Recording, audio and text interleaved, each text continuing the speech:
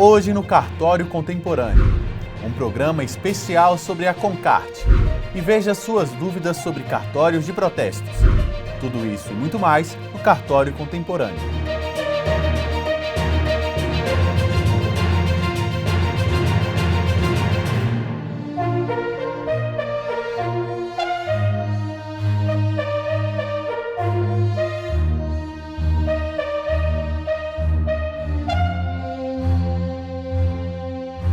A Confederação Nacional de Notários e Registradores realizou de 31 de agosto a 2 de setembro a Concarte 2022, a Conferência Nacional dos Cartórios. A edição deste ano aconteceu em Fortaleza, no Ceará, e foi a primeira a ser realizada de maneira presencial desde que teve início a pandemia mundial do coronavírus.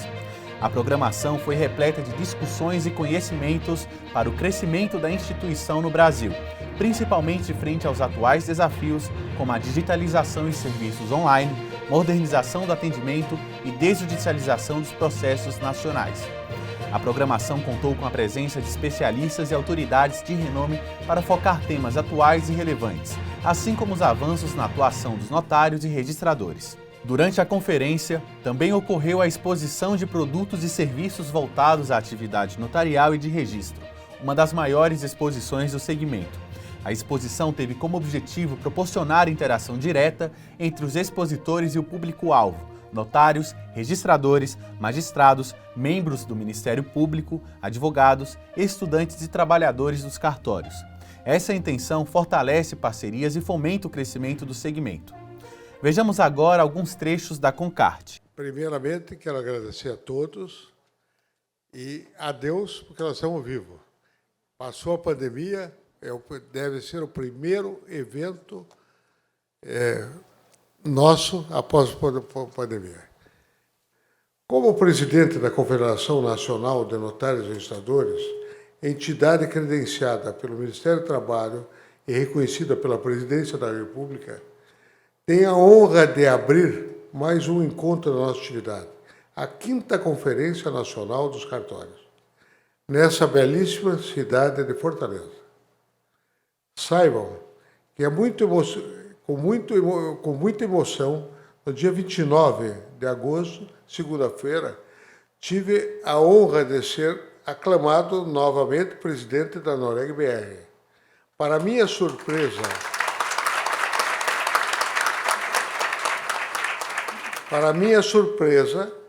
e vários presidentes da Noreg estaduais, Instituto Membro, pediram que eu voltasse e estar à frente amplamente da nossa entidade reconhecidamente nacional também. Fiquei imensamente feliz com o reconhecimento. Prometo atuar diuturnamente, como de hábito, para fazer jus à confiança que depositaram em meu nome. Agradeço principalmente a Deus pela oportunidade que me concede, mais uma vez, e peço saúde para trabalhar, para trilhar com habilidade e sensatez meu caminho delineado por Ele. Agradeço também a minha esposa, Josana Bacelar, pelo apoio e companheirismo nesses anos. Somente com o seu apoio e sua compreensão e de toda a minha família, posso continuar adiante meus planos e concretizar meus sonhos profissionais.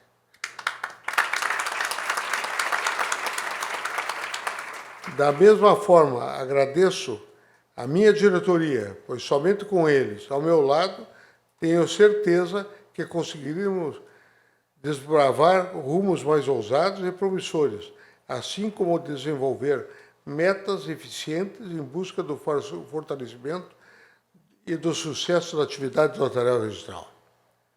Ressalto que é fundamental para qualquer sociedade democrática que sejam repensadas as condições que propiciem a estabilidade nas transações e negócios, necessário para o crescimento econômico do país, que somente são garantidas pela implementação correta do direito notarial registral. Para a nossa atividade, é fundamental que haja esse reconhecimento pela responsabilidade que temos de propiciar a segurança jurídica aos atos prestados por todos os cidadãos. Espera-se, conforme, mais uma vez, demonstrado pela pesquisa da Datafolha, de acordo com dados divulgados no mês de agosto, que todos possam verificar o grau de confiabilidade do povo brasileiro nos cartórios do nosso país. Segmento que está em primeiro lugar perante todos os avaliados, inclusive instituições que são imprescindíveis para a nossa nação,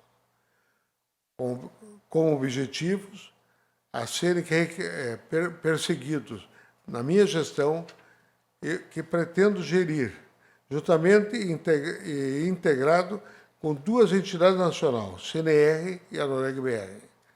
Saibam que focarei, em primeiro lugar, nas soluções que valorizem os pequenos cartórios. Esses são merecedores dos nossos olhares mais profundos, pois são sobrecarregados com tantas normativas impostas, muitas vezes esquecendo as dificuldades do interior do país. Conte conosco, saberemos lançar as luzes sobre esse serviço e vamos colocar em posição mais nova, fornecendo meios para se manterem em evidência, junto com os demais serviços mais promissores das capitais. Outro objetivo é referente à implementação ainda maior do direito digital nos cartórios de todo o país. Já vivenciamos nos tempos pós-pandemia, que trouxeram estabilidade para a implementação de tecnologias robustas e de maior confiança. Assim, estamos com as nossas centrais automatizadas, nossos serviços como infraestrutura ideal para atender qualquer cidadão em qualquer local do planeta, por meio da internet e da confiabilidade das nossas transações. Pretendemos melhorar essa tecnologia, aumentar o grau de infraestrutura para sermos atividade ainda mais segura e imprescindível para a comunidade brasileira. Mas um objetivo é de dialogar com todas as nossas especialidades. Não queremos que haja pontos incompreensíveis entre nós. Precisamos de cooperação e necessitamos de união.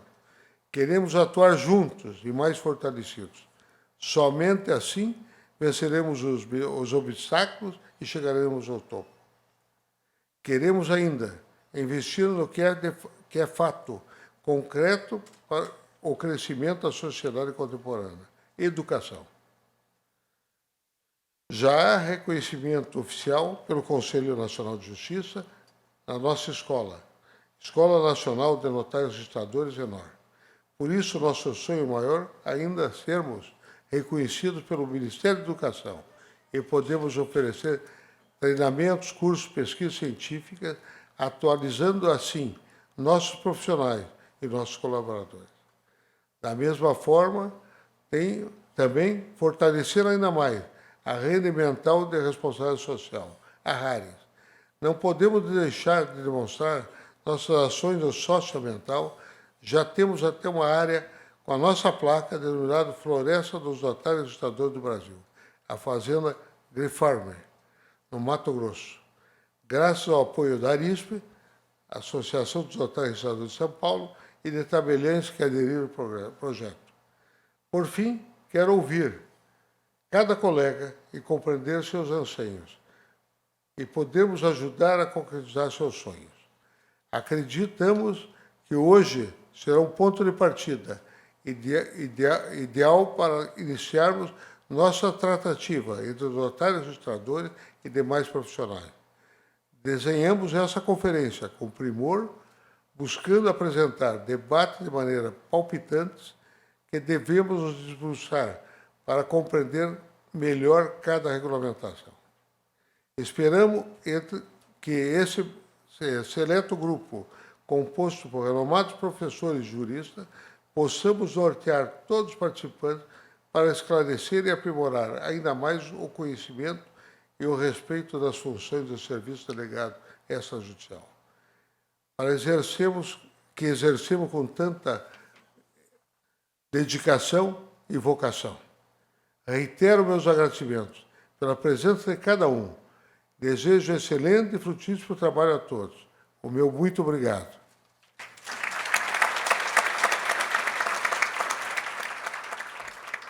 Foi longa a estrada que nos trouxe até aqui.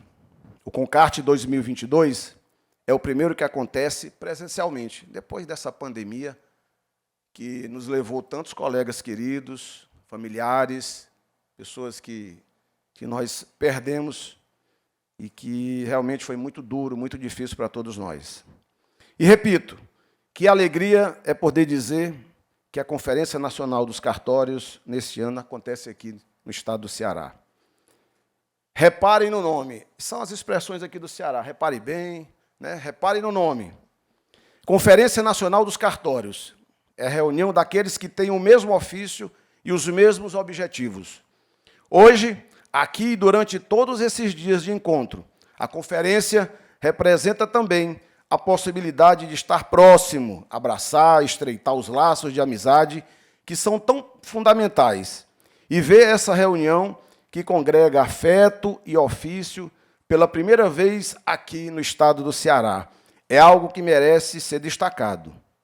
É a união dessa categoria tão importante, a segurança jurídica da sociedade, que merece ser reverenciada e aplaudida aqui nesse evento, por todos nós. E estar aqui hoje, nesta 5ª Conferência Nacional dos Cartórios, como eu disse anteriormente, é voltar no tempo.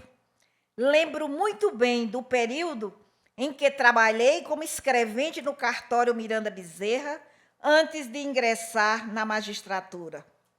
Os cartórios estão presentes na nossa vida desde a nossa existência, quando nos tornamos cidadãos a partir de um documento tão importante que é a certidão de nascimento. É ao cartório que recorremos para fazer um reconhecimento de firma, escriturar um imóvel, alienar bens, casar ou até fazer uma alteração consensual do estado civil, deixando claro que é um espaço de resolução amigável de conflitos. Cabe ao Tribunal de Justiça do Ceará, por meio da Corregedoria Geral da Justiça, a fiscalização das serventias extrajudiciais. Mas, para além disso, atuamos de mãos dadas no desenvolvimento de ferramentas tecnológicas que facilitem o trabalho de magistrados e cartorários de todo o Estado, com o objetivo principal: facilitar o acesso ao cidadão. E justamente pensando em pessoas que não têm sequer o acesso ao documento primário, que é a certidão de nascimento, lançamos aqui no estado do Ceará, no dia 22 do corrente mês, o projeto Caminho da Visibilidade. Nosso objetivo é recuperar a dignidade e cidadania de pessoas em situação de vulnerabilidade, especificamente os nossos moradores de rua. Contamos com a parceria dos cartórios de todo o Estado e esperamos discutir, durante esta conferência, outras iniciativas que venham a beneficiar a nossa sociedade. Finalizo deixando para as senhoras e os senhores uma mensagem da grande poetisa Cora Coralina: o que vale na vida não é o ponto de partida, e sim a caminhada. Caminhando e semeando, no fim terás o que colher. Que possamos colher bons frutos desta 5ª Conferência Nacional dos Cartórios. Aproveitem esta oportunidade, esta confraternização, e aproveitem as belezas do nosso estado do Ceará. Meu muito obrigada.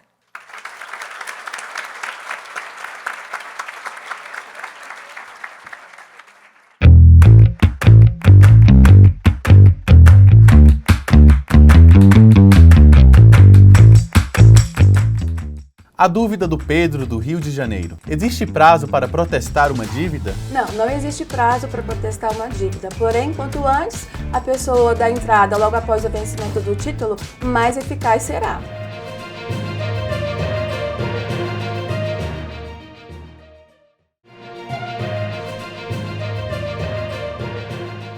E para fechar a Concarte 2022, o ministro do STF, Luiz Fux, fez uma fala de encerramento. Veja a seguir. Excelentíssimas senhoras e senhores, muito boa noite. Em nome da entidade organizadora, a Confederação Nacional de Notários e Registradores, CNR, cumprimentamos e agradecemos a presença de todas as autoridades e convidados que participaram da 5ª Conferência Nacional dos Cartórios Concarte 2022. A Confederação nasceu fortalecida para atuar em todo o território brasileiro por meio da estrutura integrada pela Federação Brasileira de Notários e Registradores, FEBRANOR, pela Federação Interestadual dos Notários e Registradores dos Estados Norte e Nordeste, FINOTAR, e pela Federação Interestadual dos Notários e Registradores do Sul, Sudeste e Centro-Oeste, FINORSC. O reconhecimento pelo Ministério do Trabalho confere legitimidade à CNR para atuar como entidade de grau superior representativa da atividade notarial e de registro. A CNR tem como objetivo representar e fortalecer a atividade no contexto institucional, jurídico e econômico, promovendo assim o relacionamento dos notários e registradores com os demais segmentos da sociedade.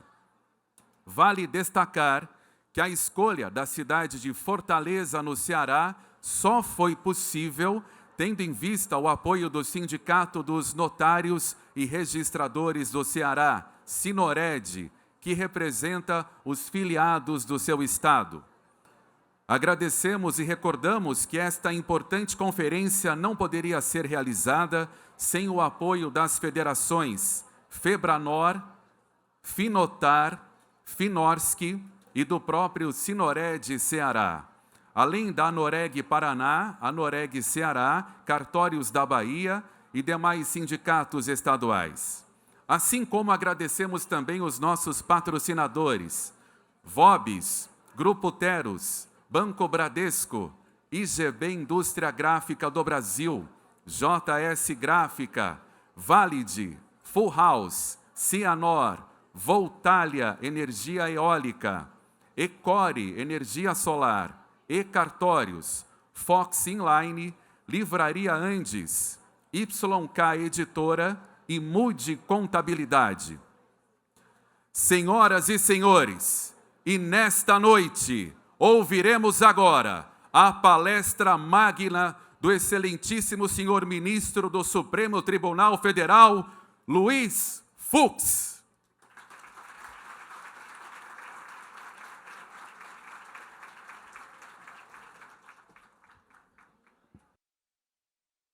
Muito boa noite a todas, muito boa noite a todos. Hoje é um dia de festa, de sorte que eu prometo ser breve o suficiente para podermos comemorar. Queria saudar aqui Sua Senhoria, o presidente da Confederação Nacional dos Notários e Registradores, esse amigo de sempre, Rogério Bacelar. Queria saudar todos os integrantes do Judiciário, Ministério Público, Defensorias, desembargadora Maria Anaúde Pinheiro Nogueira, e queria saudar todos os tabeliães, registradores, autoridades, minhas senhoras e meus senhores. Eu sempre costumo dizer que o homem, quando caminha, o que vai à frente é o seu passado. Quando eu comecei a minha vida profissional no Rio de Janeiro, na área acadêmica, eu fiz nas corporações que se dedicavam às locações. A ABAD, que era a Associação Brasileira de Direito Imobiliário, e a ABAME, que era a Associação Brasileira dos Advogados. E ali fizemos uma grande família. E eu quero dizer que aquele mesmo sentimento que eu nutria por aquelas pessoas que integravam a BAD, a ABAME, esse sentimento de fraternidade, esse laço que me faz sentir na minha própria casa aqui, eu luto também pelos notários e pelos registradores.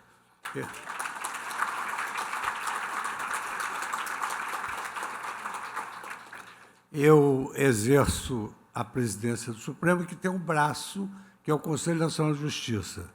E nós temos inúmeros problemas, questões a decidir no âmbito notarial. Tanto assim que nós ratificamos a nossa promessa primária, quando tivemos um evento de há muito, quando eu disse que chancelaria a escola da notarial e faria com que ela se inserisse no CNJ. E agora cabe, evidentemente, à categoria lutar bravamente por uma PEC para inserir na composição do CNJ um membro dessa categoria que muito auxiliará na resolução de problemas que são muito peculiares.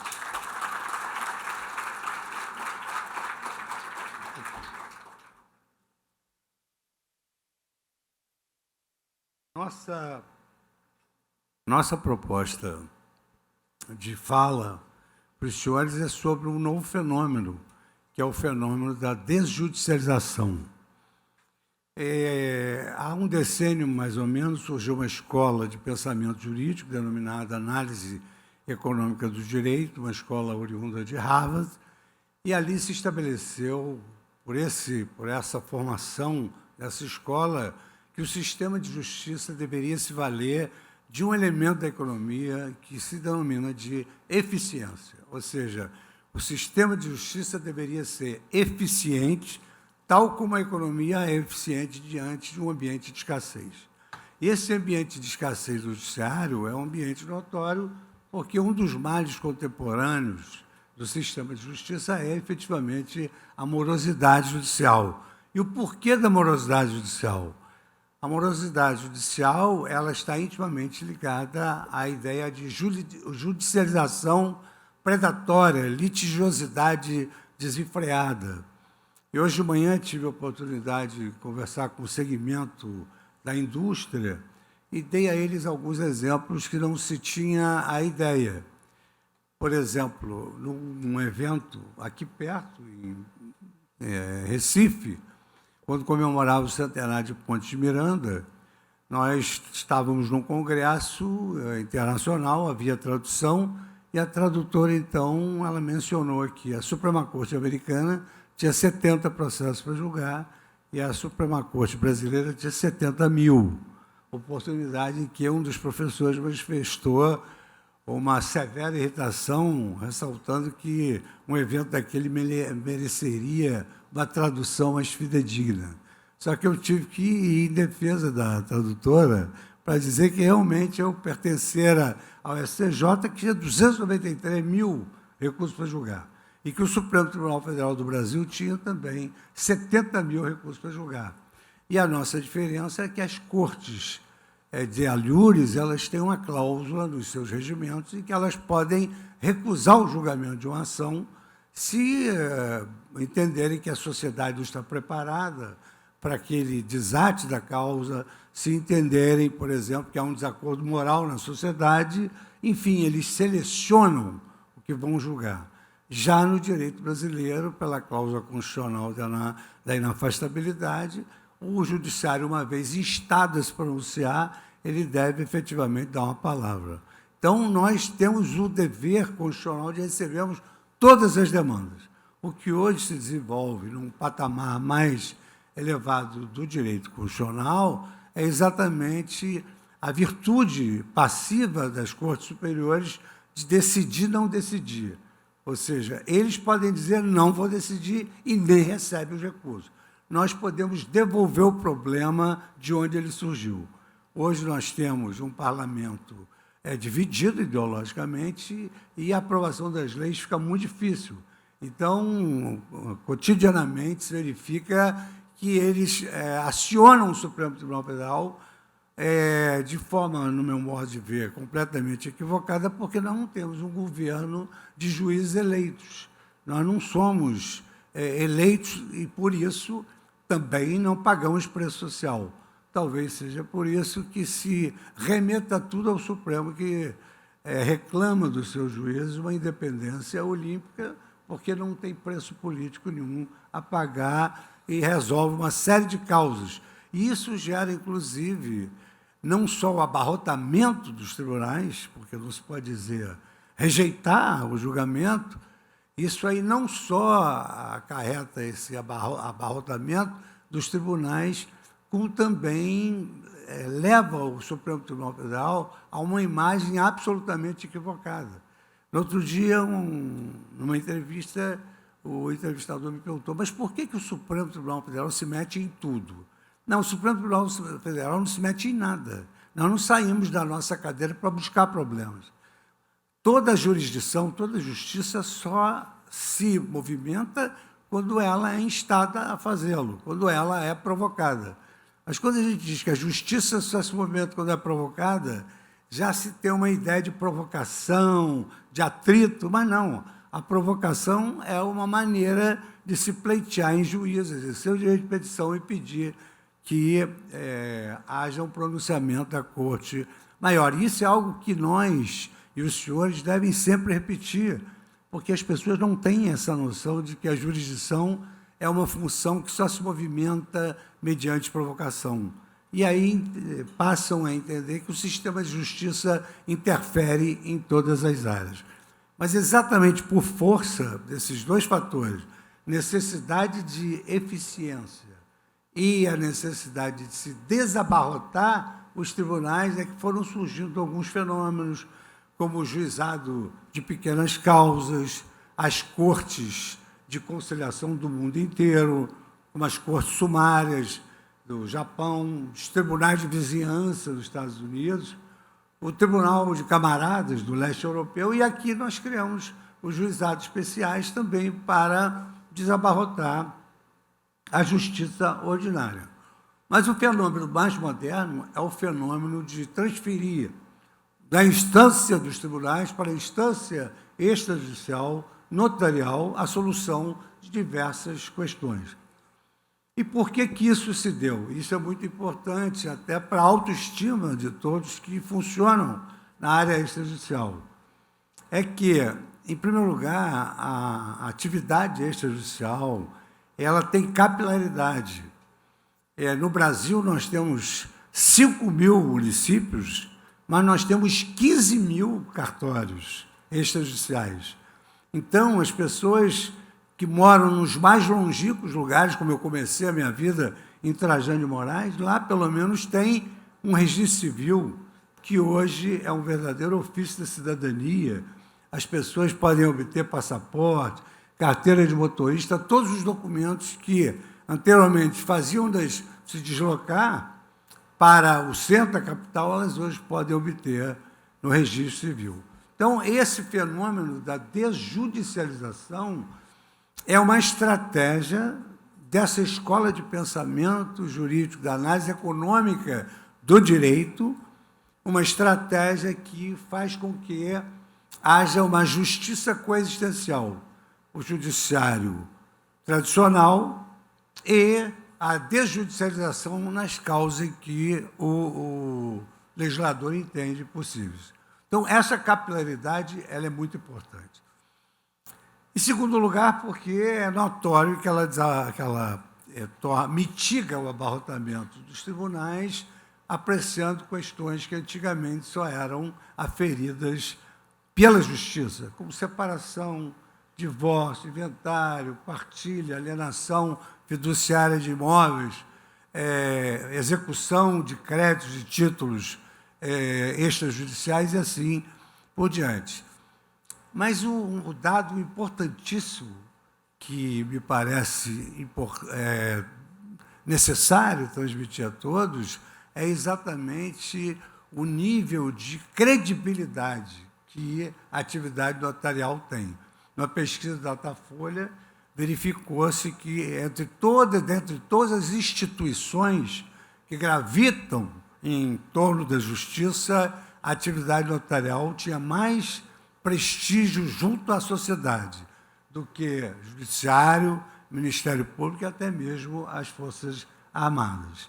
Então, a atividade notarial, ela exerce uma função muito importante, um braço muito importante que coadjuva e auxilia de forma bastante significativa a atividade judicial. Então, eu lembraria, por exemplo, que nós sempre trilhamos para a cobrança de quantias a execução por quantia certa, que primeiro necessitava de um pedido, depois da apreensão de bens do devedor, depois a avaliação daqueles bens, depois a venda judicial daqueles bens, para depois proceder-se à entrega de soma, e se houvesse saldo, devolvia, se não houvesse saldo, prosseguia-se na execução.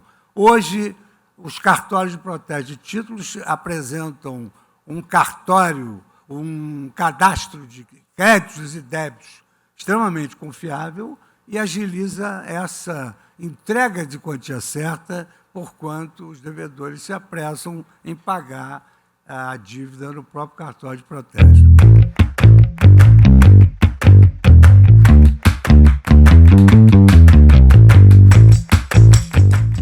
Rafael de Marajó pergunta: há um valor mínimo determinado para a execução de um protesto? Não há um valor mínimo para a execução de um protesto.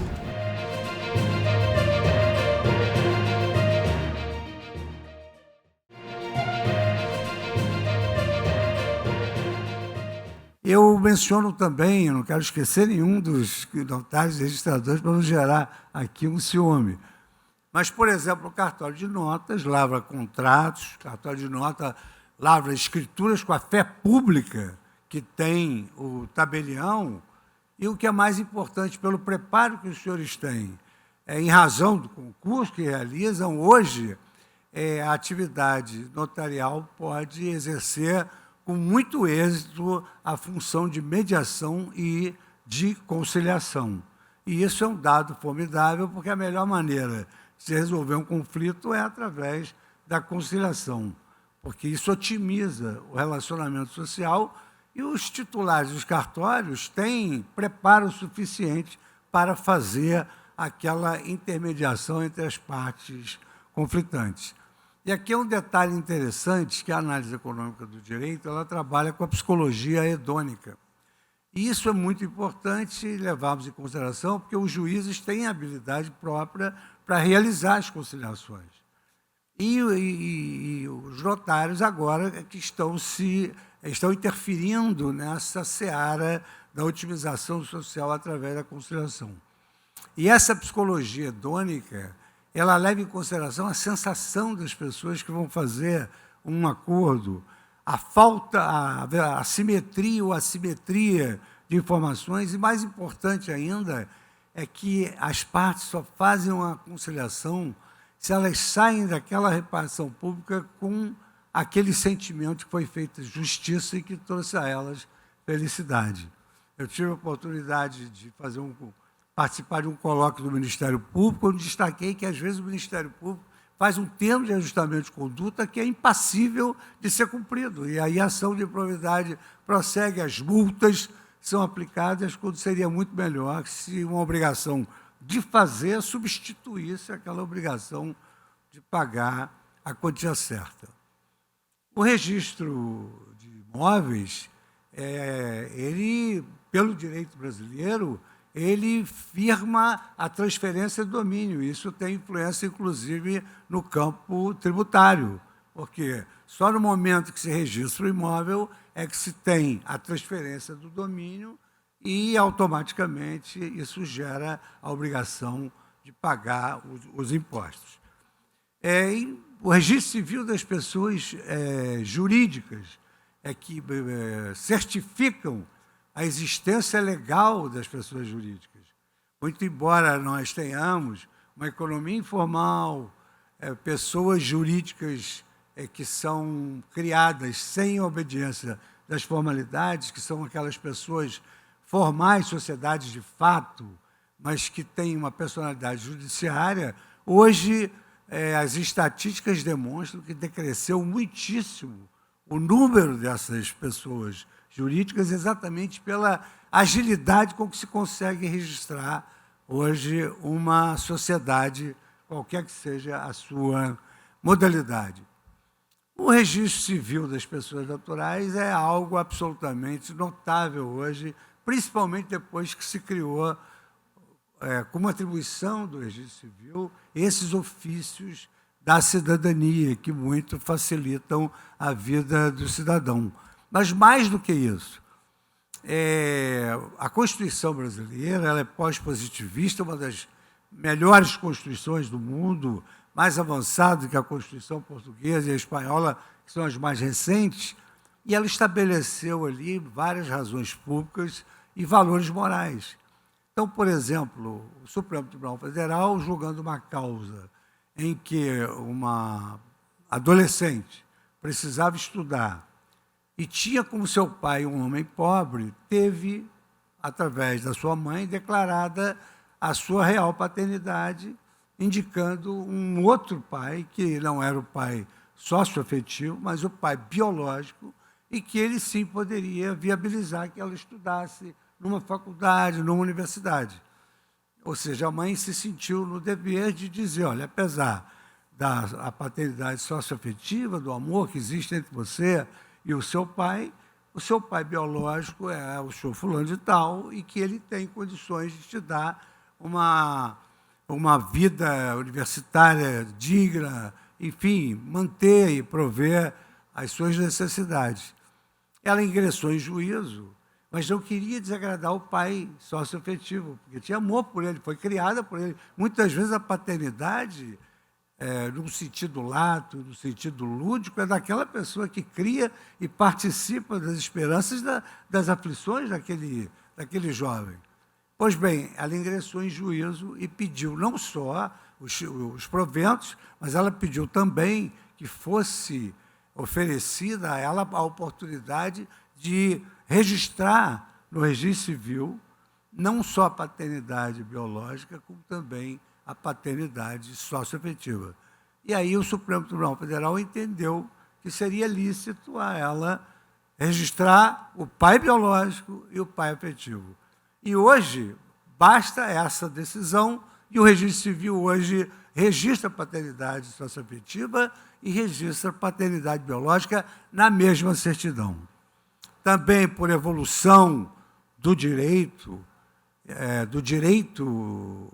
direitos humanos, passou-se a admitir que pudesse a pessoa usufruir de um direito à sua própria identidade, independentemente de cirurgia, de transgenitalização.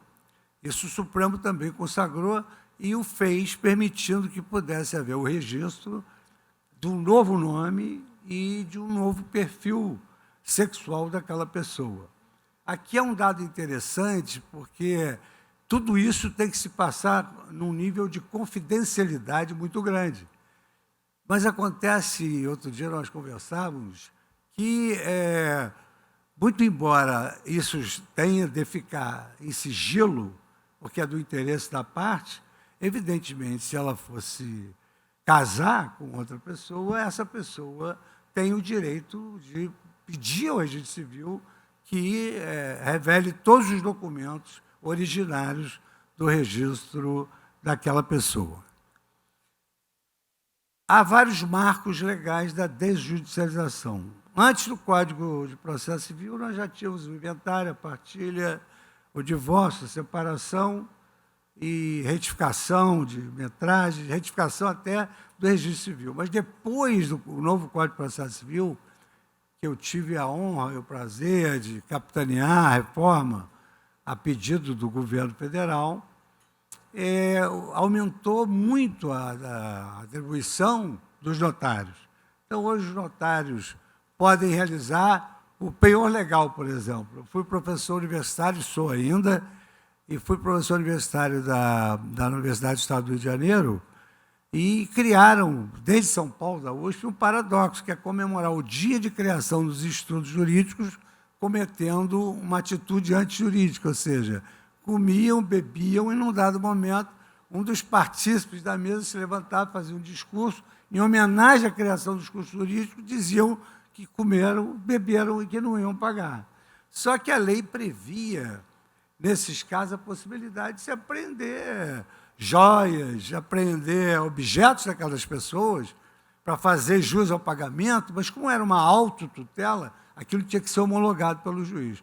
Hoje, isso pode ser feito pelos próprios notários, que apenas vão se limitar a notificar o devedor e perfectibiliza esse penhor legal. Hipoteca judiciária, que é a que recai sobre os bens de um condenado a pagar uma indenização. Hoje, não há necessidade de uma ordem judicial. A parte credora leva a sentença no cartório e o cartório de registro de imóveis pode registrar a hipoteca judiciária. Além disso, continuamos com inventário, partilha, e aqui eu faço uma observação que já era hora de se modificar esses feitos e permitir que eles fossem também realizados quando houvesse a presença de incapazes, porque bastaria imiscuir o Ministério Público na serventia. Na habilitação de casamento se manda o processo para o Ministério Público. Então, seria, mutatis mutandis, a mesma coisa, porque vejam a celeridade. Um inventário a partilha leva anos na Justiça e são resolvidos rapidamente através da atividade extrajudicial dos notários. E, para dar legitimidade a esse procedimento, bastaria que se incluísse o Ministério Público. Agora também nós temos algo inimaginável, que é o uso capião, que era o processo que mais demorava. Nós tivemos um caso no CNJ, está aqui a minha colega, a Maria Tereza Willi, que eu tive a grande honra de trabalhar com ela, uma mulher ativa, só voltada para os direitos humanos, e nos deixou grandes lições. Então, o uso capião, no CNJ, nós apuramos por amostragem uma ação de uso capião que tinha 30 anos de existência sem que a parte contrária tivesse sido ouvida. Hoje nós podemos fazer uma ação de uso capião extrajudicial no cartório. Veja o fenômeno da desjudicialização. E ali mesmo, em poucos meses, se resolve a questão do uso capião, ouvindo-se todos os interessados e, inclusive, o Ministério Público. Por fim, eu também quero comemorar essa nossa amizade, esse nosso dia de festa da Confederação dos Cartórios, a atividade notarial, no sentido lato, de registradores, hoje mantém um diálogo muito constante com o CNJ, Conselho Nacional de Justiça, através de uma série de recomendações. Então, por exemplo, o CNJ, para não criar nenhuma reserva de mercado, estabeleceu que esses acordos podem ser realizados por qualquer cartório de registro ou cartório de atos notariais não registradores. E, por outro lado, o Conselho Nacional de Justiça passou a regular essas novas figuras da paternidade socioafetiva, da mudança de sexo, da mudança de nome, através de provimentos que vieram exatamente a lume através e por meio de informações dos próprios interessados da atividade notarial. Eu e o Bacelar, nesses 2 anos que eu trabalhei no Conselho Nacional de Justiça, tivemos a oportunidade de fazer inúmeros acordos de cooperação.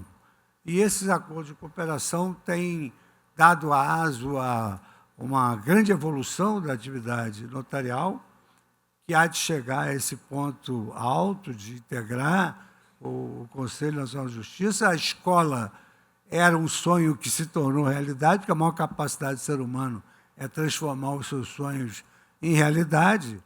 E agora também nós saímos da navegação dos mares para navegar na internet. E assim também os cartórios hoje atuam através da internet com os documentos digitais. E isso me faz lembrar uma velha passagem de Cesare Vivante que afirmava: altro tempo, altro direito. Um novo tempo, um novo direito, um novo horizonte.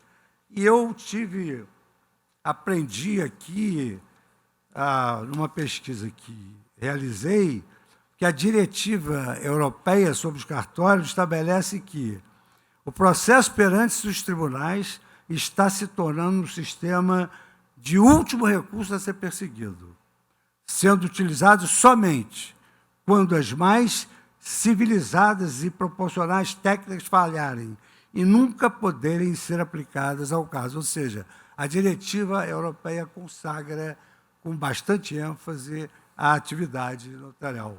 Por isso é que, mais uma vez, eu venho agradecer a esse momento, dizendo a todos que nós estamos servindo a uma outra época, e não a mesma época. Isso é uma outra época que nós estamos servindo. Mas o direito é assim mesmo. O direito está em constante modificação, porque ele é um instrumento da vida e da esperança. Então, parabéns a todos os senhores. Muito obrigado.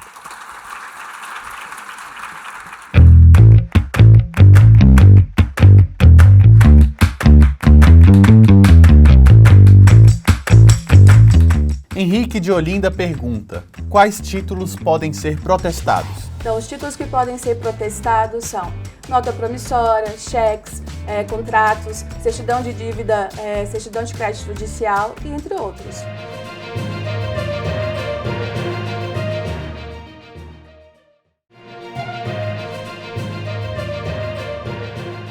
E nesse momento, este cerimonial convida ao palco o nosso presidente, senhor Rogério Portugal Bacelar, para fazer uma homenagem ao nosso excelentíssimo senhor ministro Luiz Fux.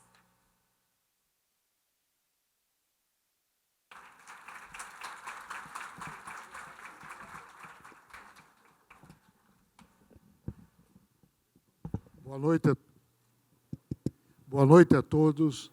O ministro Luiz Fux merecia mais do que uma homenagem, 2, 3. Nós já fizemos algumas pela escola, ele é nosso professor honorário. Pela confederação, ele recebeu a comenda. Agora, nós estamos homenageando ele pelo tempo dele na magistratura. Muito obrigado, do fundo do coração, tudo que o senhor fez até hoje pela classe notarial e registral. Notários e registradores brasileiros são agradecidos ao senhor pela maneira que nos tratou durante esses 2 anos, e muito antes dos 2 anos, como ministro superior e até como juiz do Rio de Janeiro. Ministro, tenha certeza que o senhor mora no coração de todos os notários e registradores brasileiros e vai continuar morando sempre.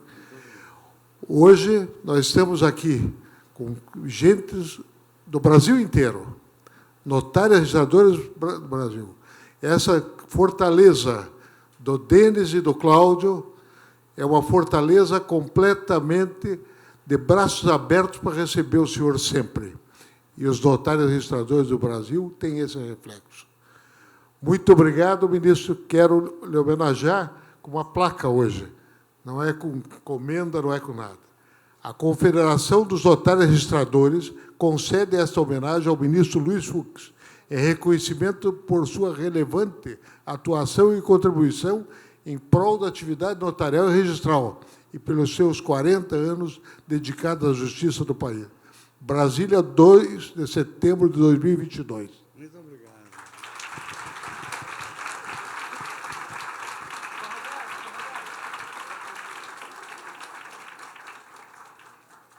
Eu só tenho que dizer muito obrigado a todos vocês que estão aqui presentes, aos homenageados, parabéns, e a toda a equipe da Confederação Nacional de Notários e Registradores, da escola, a equipe coordenada pela Jaqueline, a escola coordenada pela Fernanda, a Ares. Muito obrigado do fundo do coração a todos vocês. E obrigado do fundo do coração a vocês que estão aqui presentes.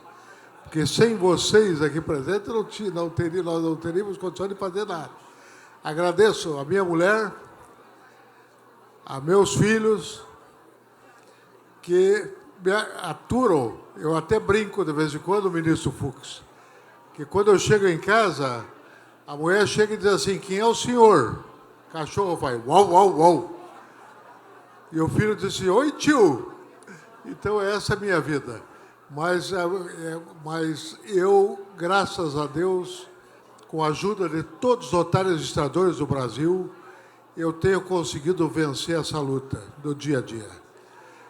Eu agradeço também aos todos os presidentes das ANOREG estaduais, institutos membros, que me aclamaram no dia 29 como presidente da ANOREG Brasil. Não queria voltar, mas o apelo foi grande, então por isso eu assumi. Então, a partir de agora, a ANOREG Brasil e CNR estarão trabalhando de mãos juntas para o engrandecimento da classe notarial. Convido a todos vocês para dia 17 e 18 de novembro estarem em Curitiba, no Congresso da ANOREG Paraná, apoiado hoje pela CNR e pela ANOREG Brasil. Importantíssima a presença de vocês. Eu acho que vocês a Mônica está se dedicando no Castelo do Batel e a Jaqueline já pus ela para trabalhar para que saia um passeio de litorina para Morretes. Morretes é a cidade onde eu tive o primeiro cartório. E tem o Barreado e o passeio de litorina, que é lindíssimo. Muito obrigado a todos vocês e até Curitiba, Paraná. E o próximo congresso, Rio Grande do Sul nos pediu para fazer, mas temos outros estados também. Vamos escolher com calma. Obrigado a todos. Uma salva de palmas, Rogério Portugal Bacelar. Agradecemos a todas as autoridades aqui, a todos os convidados, nesta importante Conferência Nacional dos Cartórios Concart 2022. Lembrando que em breve todas as palestras estarão disponíveis no site da CNR. E por hoje é só. Eu sou Duda Meirelles e foi um prazer tê-los aqui conosco no Cartório Contemporâneo. Se você não pôde ver o programa completo, temos uma reprise segunda-feira, 19 horas, e no canal do YouTube da CNR. Vejo vocês na quinta-feira, 19 horas, no próximo Cartório Contemporâneo. Até lá!